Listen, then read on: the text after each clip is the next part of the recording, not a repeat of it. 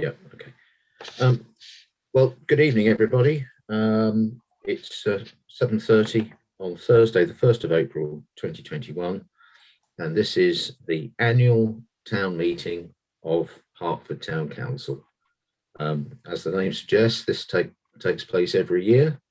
The last meeting was, guess what, a year ago on the 19th of March, 2020.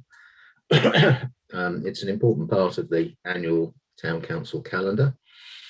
For those of you who may be watching us live on YouTube, you're extremely welcome. We're very, very pleased that you've taken the time and trouble to join us and engage. We are the Town Council of Hartford, so it's the engagement is a very important thing. So we're very grateful to you for being there. I see that there are some faces on my screen who are not councillors, so you're also very welcome. Thank you very much for joining us this evening. In ordinary circumstances, we would be in a room and it would be very obvious who the councillors are and who are not the councillors.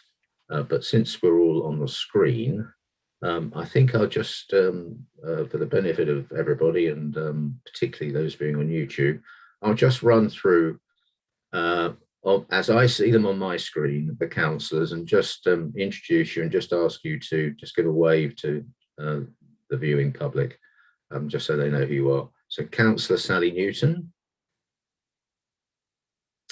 Councillor Mary Brady, Councillor Bob Cinnamon, Councillor John Lynch, Councillor Peter Ruffles, Councillor Rosemary Bolton, Councillor Rob Pinkham, Councillor Alex Darr, Councillor Jan Goodeve, Councillor Jane Sartin, who's greeting us with a broad smile, Councillor Andrew Porrer, and Councillor Sue Barber. Thank you very much, Sue. And then we have officers on this call. These in other areas of life would be termed members of the staff. So the senior officer is our town clerk. That's Joseph Whelan. Thank you, Joseph. And then I hope I'm not missing anyone. I think the other officer with us is Nick Kirby. Thank you very much. And I think in terms of members and officers of Hartford Town Council, they are the introductions. So now over to the agenda. Item 1 on the agenda was introduction by the Mayor. I am the current Mayor of Hartford. My name is Bob Deering. I'd like to think I've made all the introductions now. So we now move on to item 2, which relates to minutes of the previous meeting held on the 19th of March 2020. And the question is, are we all content with those minutes? And if we are, may I have a proposer and may I have a seconder, please? See, Rosemary Bolton's hand goes up to propose and Sally Newton a second. All those in favour, please show a hand.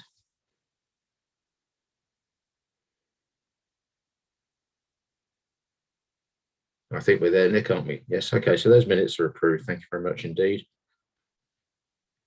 We now move to item 3, which is a report by me as the Mayor on the mayoral year that we are now moving towards finishing. I'm extremely happy to provide this report. First and foremost, I was extremely honoured when I was elected by the Town Council to be the Mayor of Hartford for this year. It's a very great honour. I follow a number of very notable previous mayors, some of whom are on the screen this evening, and that, of course, is very humbling.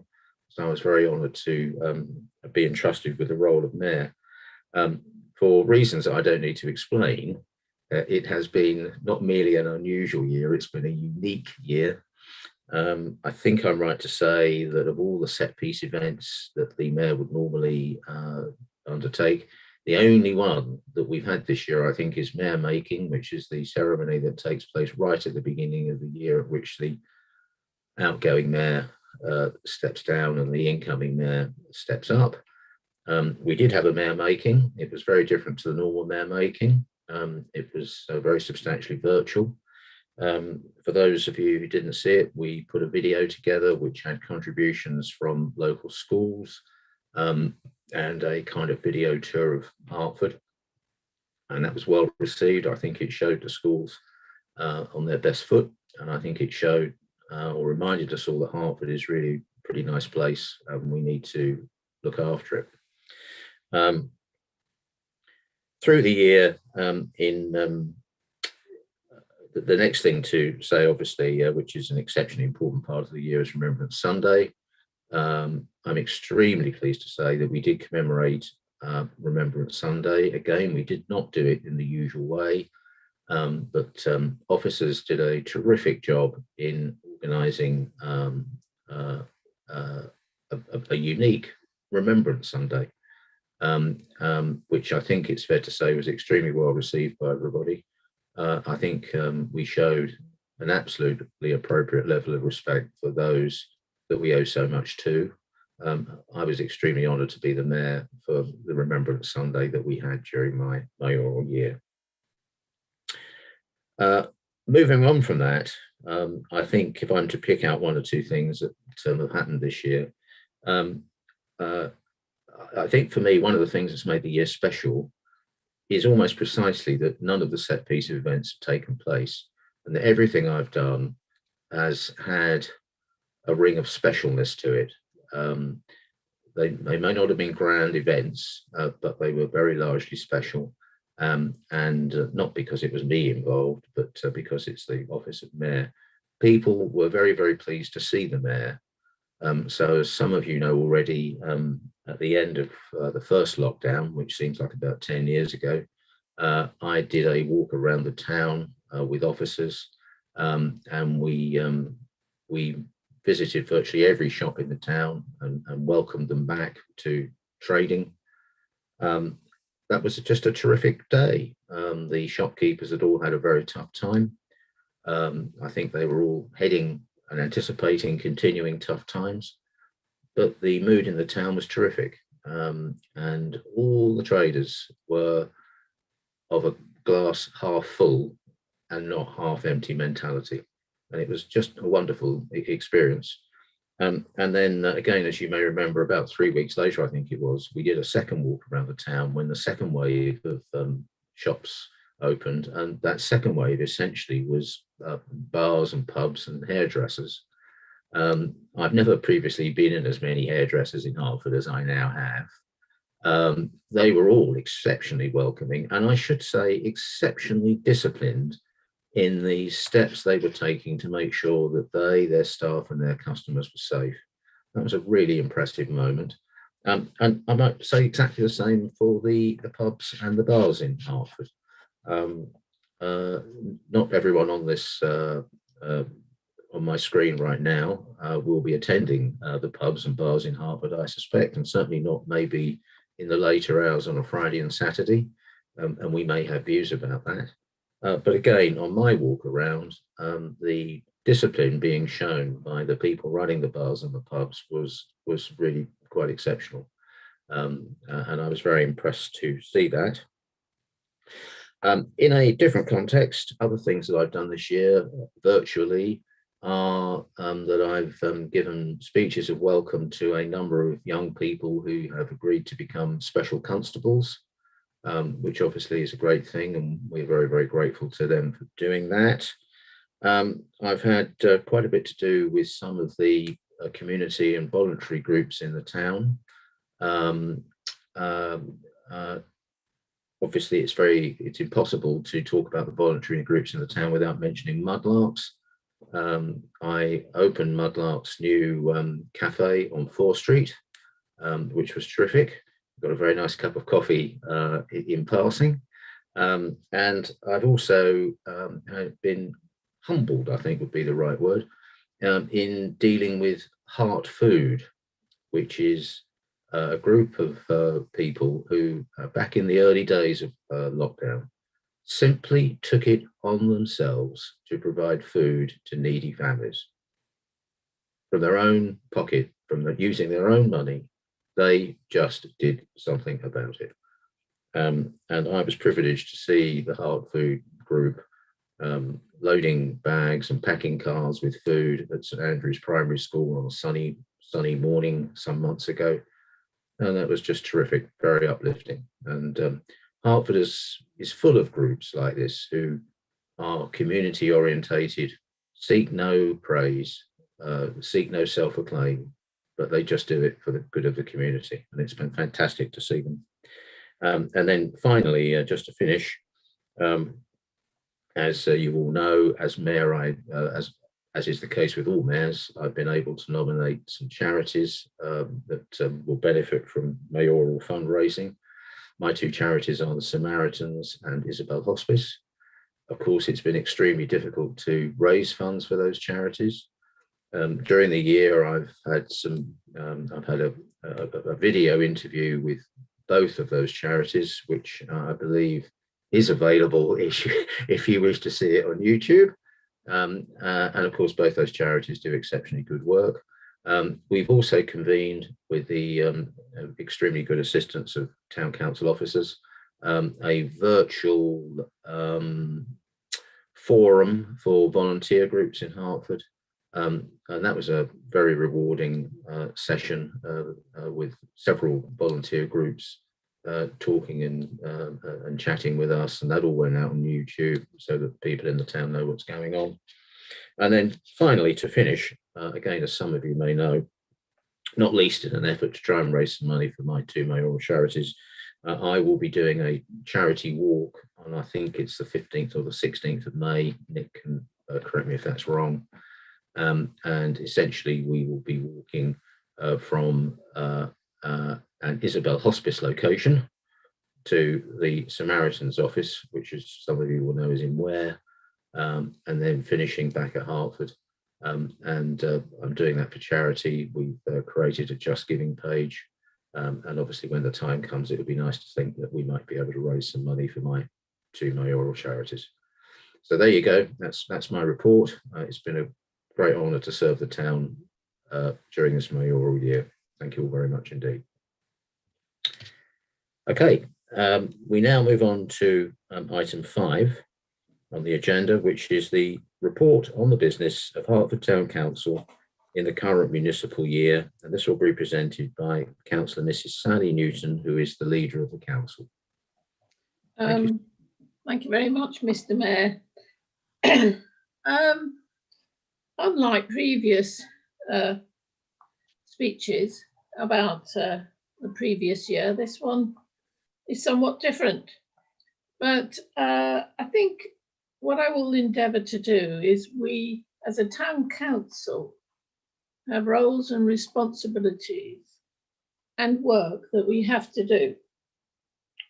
We may be a parish or town council, but we're the county town, and our roles and responsibilities really do extend a little further than others. We oversee the town and Hartingford-Berry Village, but our wide range of powers, and I must get this right, come under the general power of competence and specific acts of Parliament. So we have to do most of the time what we're told to do, but some powers are discretionary, and they do allow us to choose to do the odd thing, which, if we felt the local community would want it or benefit from it, we do our best, if we can, to provide it.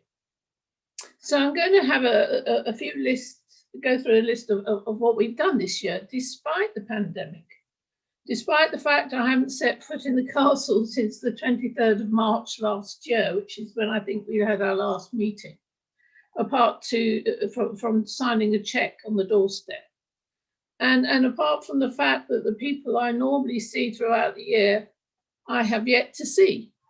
But the work has gone on, and we have to thank our town clerk, Joseph Whelan, who's at the bottom of the screen, and Nick Kirby, but there are a lot of members of staff behind the scenes who just keep on doing the job. And so really, I must say a big thank you to them, because they without them, we couldn't produce what we have done so far. Now then, I think our current work programme, let's start with the neighbourhood plans. We are very fortunate that there are a couple, that Seal Neighbourhood Area Plan and Benjo Neighbourhood Plan, that are quite advanced now. They're going through an independent examination, and they're going to a referendum on Thursday, 6th of May. So it may confuse some people when the 6th of May comes around for the local elections, to find there's another polling card, and it's pink. But that's to do with the referendum. So we're trying to spread the word so that people don't just sort of bin it or wonder what it is for. It's non-political, it's to do with the neighbourhood plans, and it's absolutely essential that people respond and return. So we hope that that will be the case, and that's Benjo and Seal. We have been very fortunate that the community, both of them, have worked well together and contributed a lot. So again, our thanks to the communities who have supported them. We've got Kingsmead in the pipeline. Kingsmead is going to be coming along, but it's early days for them. So hopefully that will be an emerging picture. As for the town centre, well, yes, visually you can see what's happened to that, and the work behind the scenes with all the agencies that we have been working with to try and get the best out of what has been a very difficult year continues. And we work with the East Herts District Council, the County Council, Highways, Police. We don't have the powers that they have, but we certainly are there to give a voice. And where we have been able to give a voice, we have given a voice. And what is going to happen going forward, we will have to wait and see. But hopefully it'll be positive, and hopefully we will be moving out of this dark time. We do have things that have been going on, and Birchley Green Shopping Centre is currently underway, and Hartford Theatre and the Hartham Leisure Centre have both had their planning applications approved, and that they will be significant additions to Hartford in time. And we have a lot, and will have a lot to offer the people of Hartford. We got a town centre officer, and she joined the council last year to help with the many activities which we are quite renowned for. Only they haven't happened. So we've launched, as best we can, Love Hartford Awards is one of the things, and it's important to try and recognise the part the local businesses play in our community, because they are very important.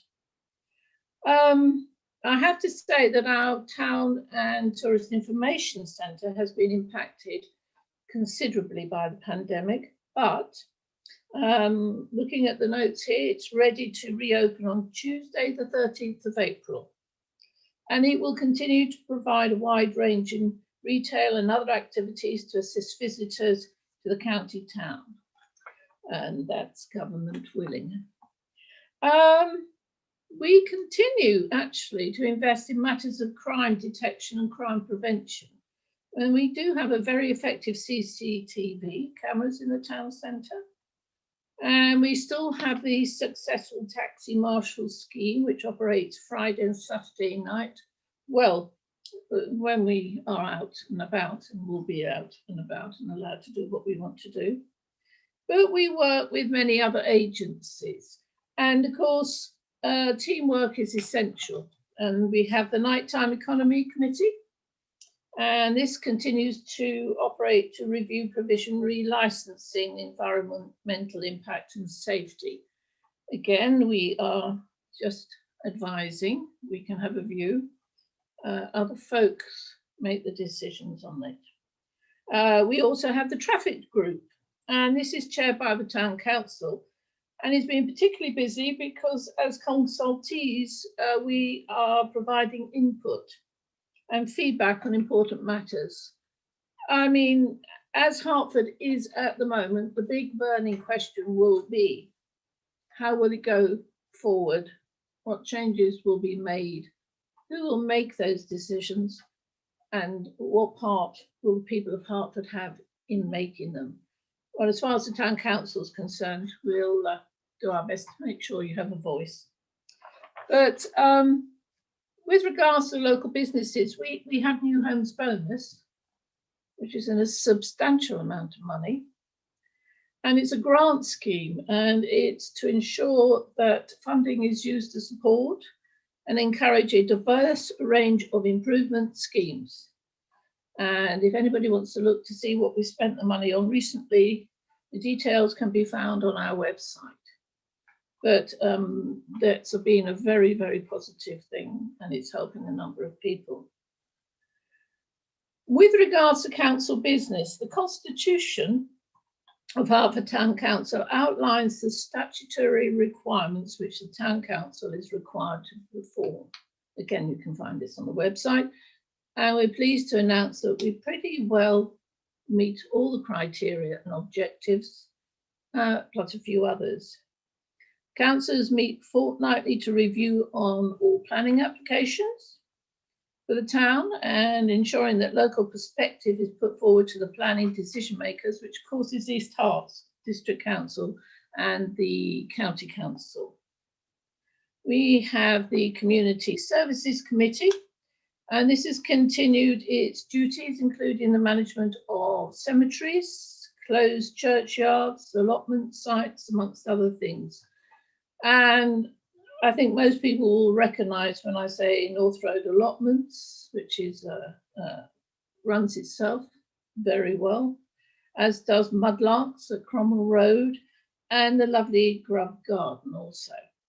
But we are mindful and have been mindful that the other allotments need overseeing, and so there was a survey done in 2020. There were also forums which were brought together, but meeting just didn't happen for a year. And the work being undertaken to identify improvements at the sites in response to this survey is going to be valuable feedback that has been received, and we hope to get going later this year, maybe certainly 2022. The Finance Committee, of course, has continued to prudently manage Hartford Town Council's finances. We also award grants at that committee to local organisations. And again, the work is published on the council's website if you wish to see. The Development and Leisure Committee is the one that's been hit the most. It's responsible for many events already mentioned. And again, we are going to have an open air cinema, I think, we pray, to take place this summer, as we have in previous years. But of course, all of the programme last year that we've been so well known for didn't happen. And the devastating loss of the events, so familiar, since lockdown, I think has had an effect on everybody. We will, as soon as we can, start again. That's for sure. And already in the pipeline, we have the car show, a teddy bear's picnic, which is always popular for the little ones, and the ever popular Rock at the Castle. So fingers crossed. And I will say that very quietly in the background, never to be daunted by a pandemic or anything else, are the yarn bombers. And I know they're up to things, and I know they're going to do things. It's just we don't know what they're going to do yet. So that's a big secret, but it'll be as good as the ones in the past. Hartford Castle and Hartford Museum. Obviously, the castle is first rate for weddings and other types of private hire, again, curtailed, but beginning to open up again. Also, the officers have worked hard to prepare for all sorts of facilities as permitted by the government roadmap. And the Friends of the Hartford Castle are still there to do the tours, and they're still there with their 400 years worth of history, which is no simple task, and I'm sure they're raring to go in due course. We have an excellent museum, and we continue to be the primary funder. And again, hopefully that will be somewhere later on this year when we can all enjoy what they have to offer. We continue to acknowledge the support of the town's civic heritage, traditional ceremonial events, even though our mayor has been more virtual this year, Mr. Mayor, I would say at any time. You did get quite a few hits on national TV, didn't you, when you turned the lights on? So congratulations. We are now known in Hartford for our light ceremony at Christmas. But the sergeants at Mace and the staff bearers, who will be speaking a little later, and their spouses are still there, and they will continue to help us. I think the biggest hit has been the town twinning. Friends, Everton and Wilderhausen. We got through Brexit okay, but I have to say the closed borders now due to coronavirus has put a considerable strain on everything, and I don't know how that will continue. But despite all these challenges, we strive to maintain the services to the same current standards, and we are trying to be as cost effective in these difficult times and work towards the inclusive welcoming of all to our town. And that should continue whatever happens going forward. Finally, I do want to thank Councillor Jane Sarton. She's my deputy leader. And as we go through this last year, events have been such that she has valiantly stood in and covered for me. I always think I'm invincible, but I wasn't. I got COVID. My husband got COVID. So January and February didn't happen. So thank you, Jane, for everything and holding the fort and going forward. However, touch wood, all is well now. And we are looking forward, and we are hopeful that the remainder of the year and next year will be as productive as it possibly can be going forward. Thank you very much indeed. Thank you. Thank you very much indeed, Sally. We're good to see you're back at your invincible best. Thank you so much.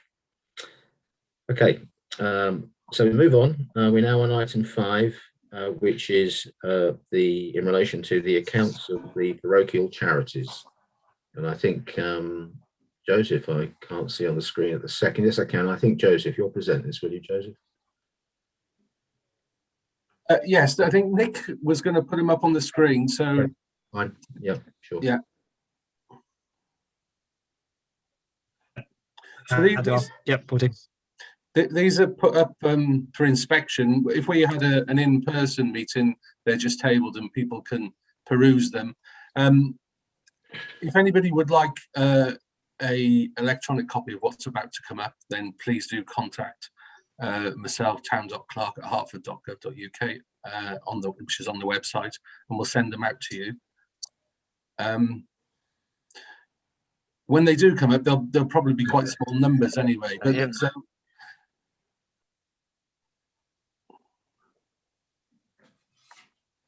they coming up?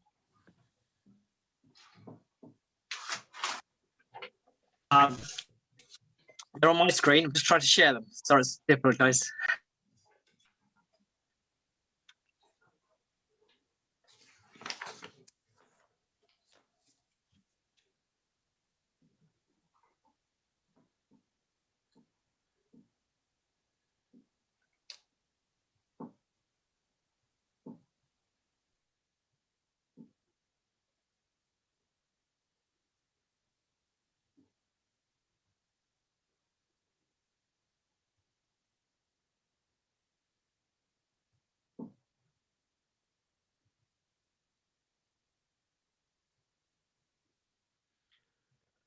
Joseph, while Nick's trying to get this little bit of IT tech sorted out, just for the benefit of those watching either on the screen with us or through YouTube, can you just briefly explain to people what are our parochial charities and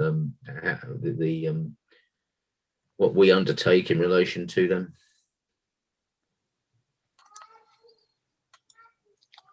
Thank you, Mr. Mayor.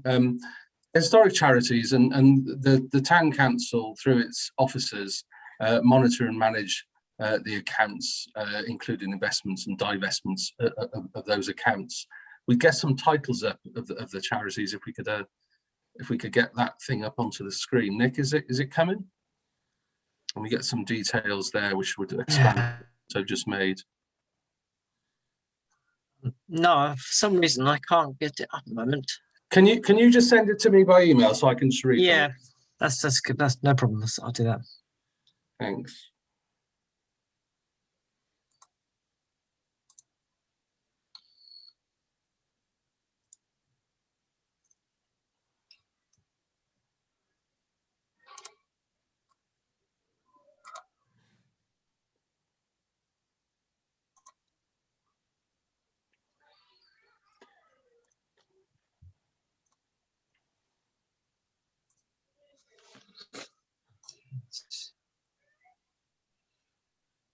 There you go.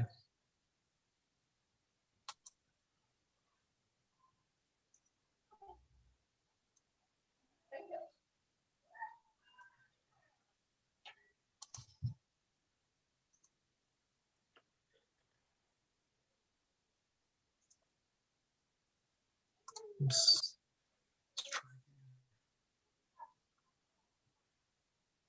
It's a little bit like a suspense. It's like a suspense thriller, Joseph. It's going to Sorry, be. sorry. It was a bit of a satellite delay there, Mr. Mayor. So, these are for example, one of the parochial charities is the Newton Exhibition Foundation, which was founded over 100 years ago in 1895. And there's a history on top of the paperwork that Nick was seeking to display. So the paperwork explains the trustees and the governance function of the charity, and also includes some other information, not least the grants that have been distributed to help young people, and explaining how that the distribution of those grants met or meets with the objectives of the charity. So, and there's some detailed figures in a table there, which I won't scroll through because in the absence of you being able to see it, it probably won't be terribly informative. So that's I'm just scrolling down. So we've got a signed set of that charity information. That's the first one. Just bear with me a minute.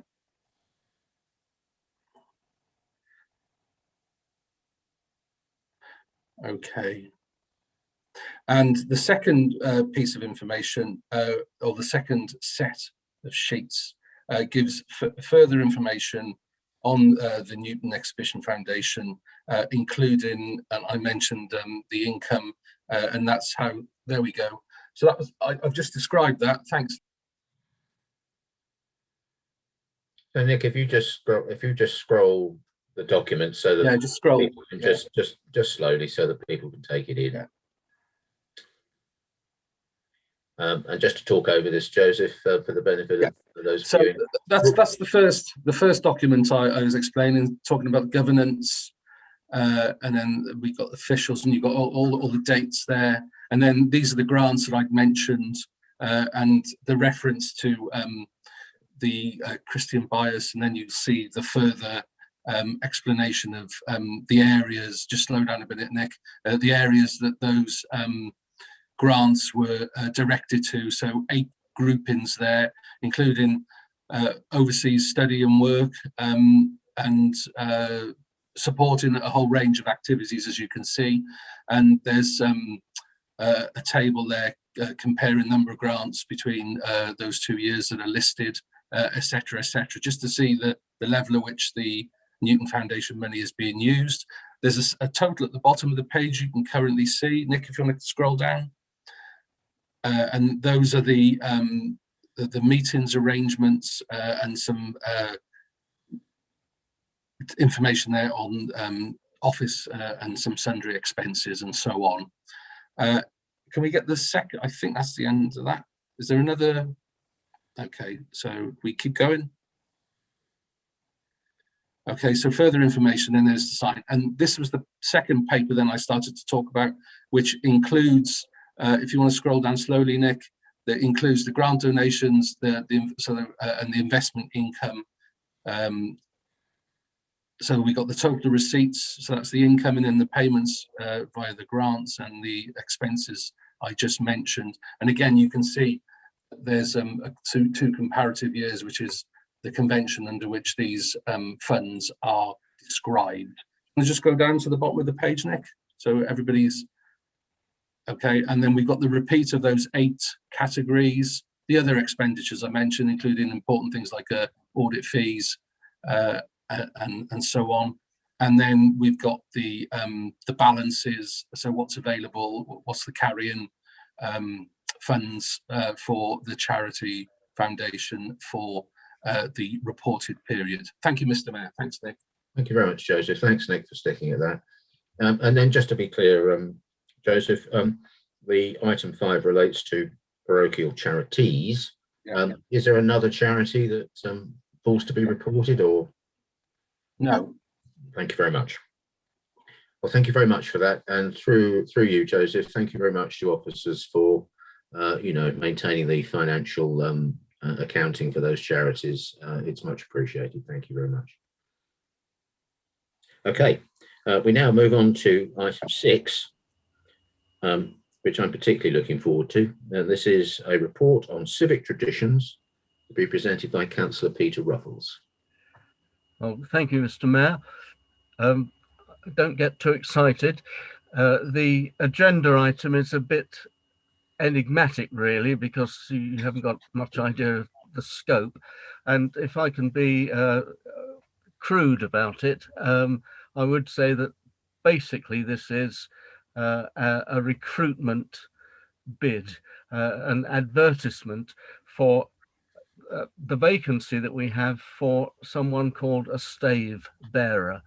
I've been asked to read a report prepared by our Chief Sergeant at Mace, Richard Darby, which I will do, but I need, I think, to introduce that, and with your permission, I will, before I read what he's sent to the meeting.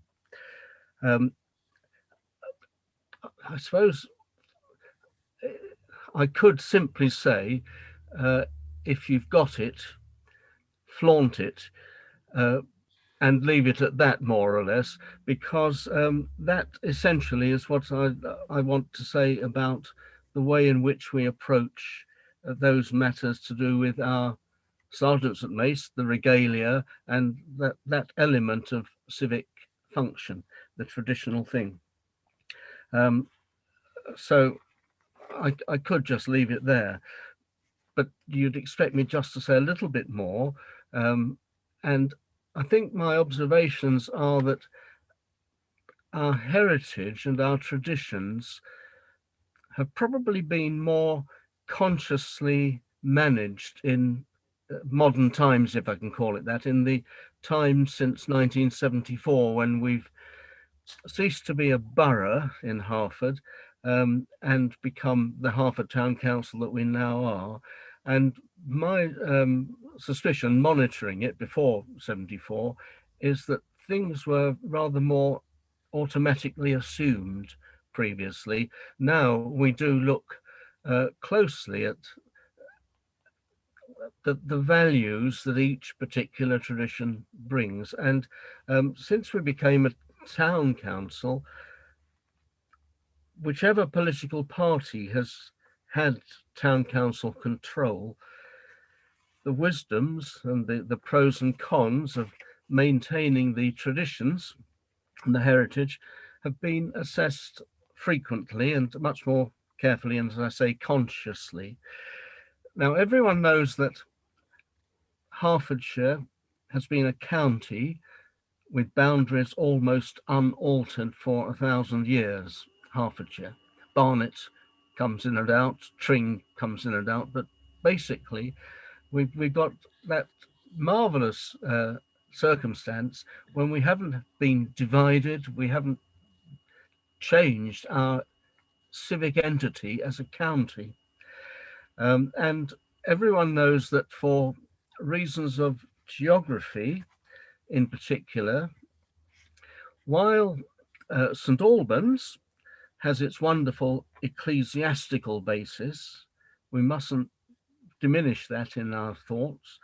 Hartford has been the administrative focus, the county town. Population doesn't come into it. Our geographical position really basically does. But that means that during that 1,000 years, when this town has given that area called Hertfordshire its name, it's not St Albanshire, it is Hertfordshire. During that time, of course, we've collected a great deal of experience. That application of justice and civic administration has given this spot on the world's surface, really, that fine experience, a fine collected and assembled heritage. And it's that which we honour by maintaining the traditions which we do. We don't ignore our heritage now, we choose to exploit it and to enjoy it in the best way we can do. And that's to benefit our social economy, our financial economy, and to add a richness and for a wide and diverse range of our citizens and visitors to the town, to give a distinction, a dignity, and some sense of pride and pleasure, a sort of warm enjoyment. And so we've kept the uniforms, the ceremonial robing, for times when they contribute well to the dignities of certain occasions, the solemn occasions, as you mentioned earlier, Mr. Mayor. Remembrance Sunday in Hartford is particularly a county event, and I think although it's a British Legion event, we are invited as a town council. I think our robes do bring a particular dignity to that occasion. Royal visits, when they occur occasionally, also the robing adds a little something extra. And also to our fun events and our social occasions. So Richard Darby is our top man, our chief. I'm going to be using in his report some strange expressions, Sergeant at Mace. That'll become a bit clearer when I read what he's written. And I have put his final statement first, and he finished up by saying, finally, we are recruiting now for a stave bearer. So could I ask people here, I doubt if there are too many people that are on the edge of their chairs thinking it's me, I want to do it now. And some can't because they've got another office. But you may know people who would enjoy joining this small team and contributing in the way that I've loosely described a bit earlier. So Richard Darby's notes, it's in big print, Mr. Mayor, so don't be daunted when you see the sheets of paper. The first sergeant at Mace he describes is the mace bearer. And so he reminds us that in the Charter of 1589, in the reign of Queen Elizabeth I, we were granted the right to appoint a sergeant at Mace. Now that actually is quite a statement, isn't it? And I'm so glad we still do that. And Richard holds that position today. And he is still the mainstay of ceremonies, civic and traditional. The right to bear a mace, the staff of office, given by Henry VIII, that arrived a little bit later, of course, when he created Hartford as a borough. Hartford had a mace in the Civil War, and at the time of the Reformation, the crown was put onto that mace in 1660. And the mace is a symbol of royal authority in Hartford, and the motto on our mace is "The Freestone of England, by God's blessing, restored 1660."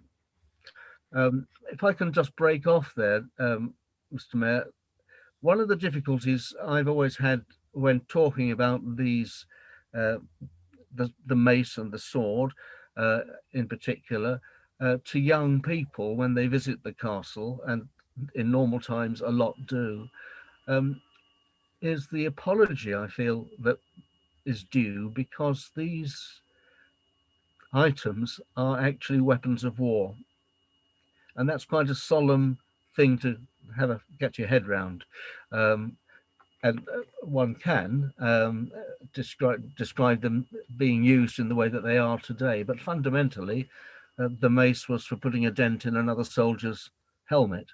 And today it's the symbol of royal authority. So I think that apology is due, and the explanation.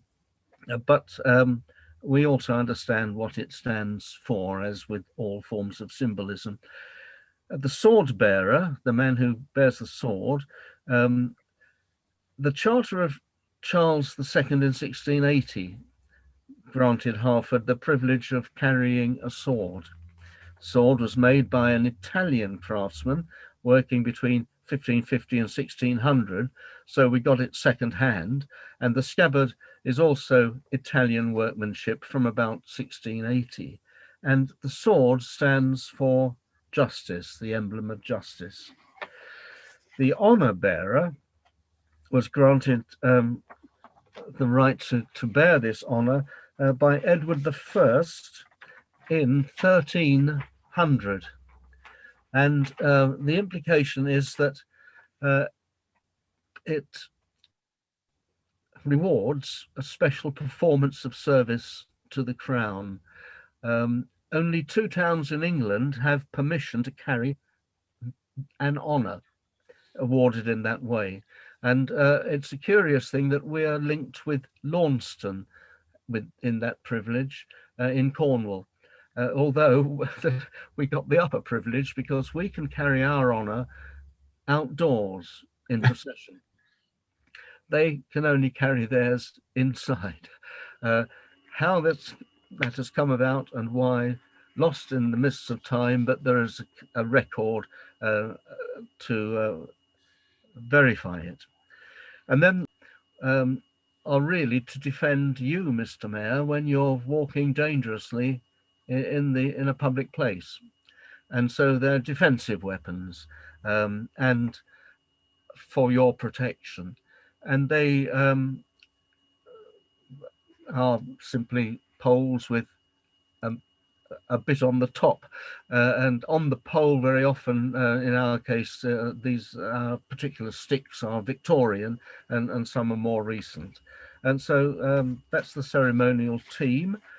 The civic ceremonies that they come to, and this is where you weigh up whether you want to tip someone off about this, are the mayor making, the silent ceremony, which happens the day after mayor making, the church service in All Saints traditionally following mayor making, Remembrance Sunday, the white glove ceremony at Richard Hale's school, civic church services, which are 2 or 3 in the course of a year.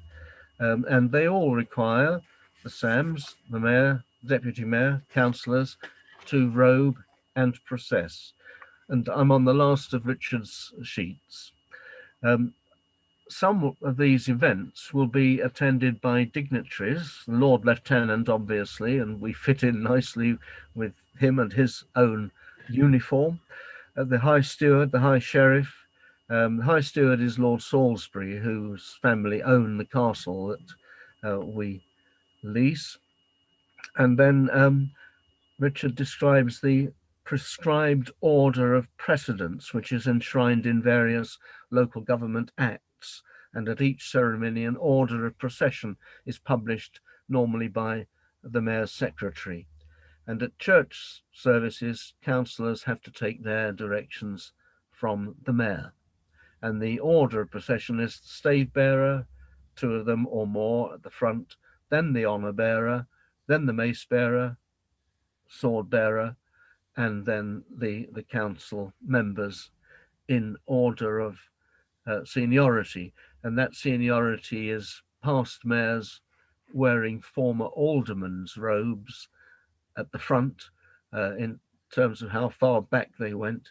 I've been at the front quite a long time because I was mayor in 1983, which seems like prehistory, and that procession then follows. And so we form up and move in that particular way. I hope laughing at ourselves just a little bit, but being pleased that we're carrying forward something which just marks the individuality and special history and heritage of our town. That's it, Mr. Mayor. Well, thank you very much, Councillor Ruffles. That was indeed interesting. And thank you through you to Richard for the note. And again, through you, thank you to all the existing sergeants at arms for all the good work they do. If I might just take the small liberty of rounding Peter's recruitment campaign off. One of the things that the mayor always does in Hartford in modern times is switch on the Christmas tree lights. And as I'm sure you all know, that is done in Salisbury Square. And at the moment the lights are switched on, the square is absolutely jam-packed with people. And the mayor wears the official robe, which means that the mayor must be accompanied by at least one sergeant at arms for protection from ruffians and that sort of thing. This year this fell to me, and in my full mayoral glory, with one of my sergeants at arms, the 2 of us walked alone up an empty Maidenhead Street into an empty Salisbury Square, where there was a wonderful tree and decorations by our wonderful yarn bombers, and we switched on the lights. And it was quite a poignant moment. It brought home to all of us that these have been very, very, very special times, but it was still very special. It was still Hartford. And I do think that somehow in the middle of all this difficulty that we've had to face in the last 12 months, Hartford has stood up pretty well. I think the community of Hartford has come through very loud and clear, and we have so many people in the town that do great work for others, and it's important that we acknowledge them and we're grateful to them. Okay, so we're now moving on to the last item of the evening, which is item 7. Now, this is the open forum and questions from the public. I shall take some guidance from our town clerk, Joseph, as we proceed here. But as we all will have seen from the agenda provides that any questions were to be addressed to the town, any questions to be addressed to the town council should be sent in writing to the town clerk by Tuesday, 30th March 2021. So just taking my cue from that, Joseph, can I just look in your direction, town clerk? Did you receive any questions by Tuesday, 30th of March? I did, Mr. Mayor, and there was a question of several parts submitted by Mr. Ramsden, who I think is still with us. Yes, Mr. Yes, Chris Ramsden. So would it be appropriate for Mr. Ramsden to present his question, and then we will discuss it? Mr. Ramsden, I think you may present your question. We're very glad that you're here to do so. Thank you. Thank you very much, and thank you very much. Oh, I hope you can hear me clearly. Yes, yes. Thank you very much for allowing me to ask this question. My question basically concerns the Birchley Green development and its status and progress, and your understanding of it. In particular, how many and in what proportion of retail outlets have signed up? that's the first one. Why didn't the contract with the original developer prevent the developer from running away? What penalty did the original developer suffer? The third one, what is the planned completion date? And is the development on target for that date? And finally, when will the first shop open, and what is the impact of the Premier Inn's pulling out? Finally, I hope it's a successful development and very much look forward in particular to the riverfront. Thank you very much, Mr. Ramsden.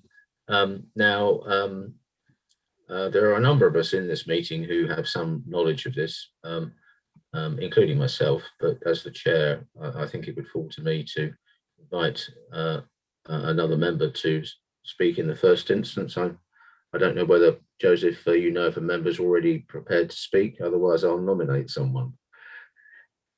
Thank you, Mr. Mayor. No, what I can say is that there is general knowledge amongst the attendees from the councillor side, obviously, given the nature of the and the importance of the Birchley Green development. I've been in touch with Chase New Homes following the receipt of Mr. Ramsden's question, and the Managing Director's office has undertaken to reply to the questions that Mr. Ramsden has forwarded to the council as soon as they can, and I would be very happy to pass the detailed answers on to Mr. Ramsden upon receipt from Chase New Homes, who are the owner and the developer of the site. They also provided, and this can be put in the minutes, they also provided a general email that, and they invite all residents or anybody else with an interest in the development to submit questions through that email address, and they would be very happy and pleased to answer inquiries as things move forward. Thank you, Mr. Mayor. Thank you. I don't know whether any other member present on the screen wishes to offer a comment. I see Peter Ruffles' hand has gone up. Chairman, I don't want to say what you're going to say, but of course the town council isn't central to the operation, as it were, and on behalf of the town, one way or another, and Councillor Cinnamon is the chairman of the planning subcommittee, the town council has looked at every iteration of applications that we've had on that site over quite a long time, and I think we can be excused at this level of having particular things that were important to us as individual councillors, thinking on behalf of our community, that we've said time and time again. And it may be that Councillor Cinnamon wants to just describe what those principles are. The bit that we can't answer, but the town clerk has enabled an answer to be furnished, is about occupancy and individual traders that are coming in. But I would say that my particular interest has been in the bus station, not exclusively, and I've thought of other elements as well, but the importance of a bus station, I think, increasingly for Hartford is recognised by people generally. I wish more people would use buses. I think in future they will, but the importance to our economy of having a proper bus station there, when it was threatened by two successive sets of initial plans, we've managed to put on enough pressure, I would say, to ensure that that facility happens there and that buses aren't distributed around the town. But there are other elements, of course, which are probably more important, but other members may want to speak about. Thank you very much, Peter. I'm not seeing any other hands. I might, then, if I may, I just offer a couple of comments, Mr. Ramsden. Some of your questions related to the previous owners of the site, and you obviously are informed, so you know that they dropped out. Just a small point I'd just like to make there is that this is a privately owned site. It is not in any way, shape or form a council-owned site. So what transpired between the original owners, which was the Diageo Pension Fund, and whoever may have been the contractors they engaged, obviously essentially was a matter for them. And I think maybe just since the point's come up, another thing just to maybe remind people of is that the previous owners, Diageo Pension Fund, pulled out of the scheme. I think it's something like on the day before they were due to have a variation to the planning permission agreed by East Arts District Council, which you may think is a strange time to pull out of a scheme, but may mean something. The current owners are Chase New Homes, as Joseph has just mentioned. They bought the site from Diageo Pension Fund. So through having done that, they've got real live money invested in the scheme. Everybody can see that the scheme is making progress. Demolition obviously is very well advanced, but otherwise, I think it's good of Joseph to have raised your questions with Chase New Homes, the current owners, and I think it might say I think it's good of them to say that they will reply directly to you, and indeed to anyone else in the town who's got questions. Councillor Cinnamon. Yes, Mr. Mayor, I just thought on behalf of the planning subcommittee, maybe I'd just talk about a few broad themes that we considered. Certainly the look and feel and appearance of it was something that concerned us. We wanted to make sure it wasn't another bland block that didn't really have any link to Hartford or actually enhance the feel of our town centre. We had concerns regarding parking and the fact that there isn't going to be additional parking. The existing multi-storey car park is now going to have to be shared in terms of some of those spaces being taken for some of the apartment owners if they wish to purchase spaces. We had some input regarding the public amenity that is going to be offered with the waterfront being opened up, and I believe that's something that's generally to be welcomed. But that was tempered by concerns about how to access some of those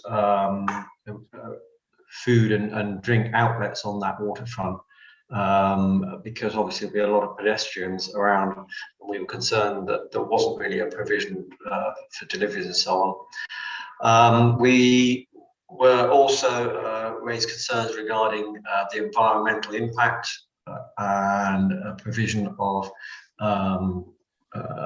environmentally modern design, if you like, and future proofing. And there are some photoelectric panels being put on roofs, but not really enough to satisfy us, but certainly we raised that. And finally, I think both Councillor Ruffles and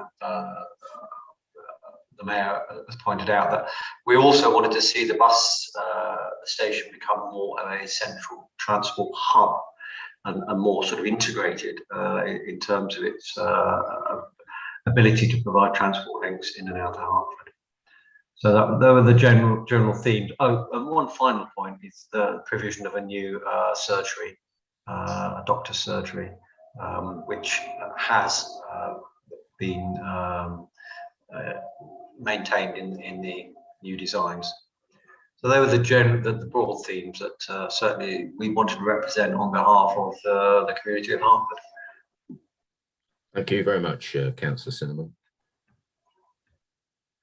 Do you have a supplementary, Mr. Ramsden? I think you the norm would be you're entitled to a supplementary. Well, thank you very much for those answers. I don't think I have a specific supplementary, but I definitely, and I'm pleased to hear that Chase New Homes are going to answer, and I'm even more pleased that they're willing to answer questions from the rest of the general public as well. So that's good. So thank you very much for that. Thank you very much indeed, Mr. Ramsden, for your question and for engaging with the process. It really is appreciated. Thank you very much indeed. If I might just say, while we're all collected together, at a fairly early stage for me in Birchley Green, I was contacted by representatives of the visually impaired community, and a couple of people with vision impairments, different types of vision impairments, came into central Hartford, and we walked around the town together. And at risk of using an inapt metaphor, it was a real eye-opener. And their particular concern, which is why they contacted me in the context of Birchley Green, was in relation to the bus station. And when you think about it, it is just so obvious that if you're visually impaired, you can't drive. You really need buses, and you really need to know where the bus stop is, and you need to know where the bus stops, because if the bus doesn't stop at the bus stop and the bus stop isn't where you think it should be, you've got a big problem. So, you know, there's lots of things to think about in these things. So thank you again, Mr. Ramsden. Thank you. Joseph, do we have any more questions lodged prior to 30th of March? No, Mr. Mayor. Thank you very much indeed. Well, I think in that case, that means that we have come to the end of the meeting this year. I'm going to thank all members for their efforts during the preceding 12 months. All officers, both those on the screen tonight and through you, Joseph, all other officers who are not with us tonight. We appreciate it very much indeed.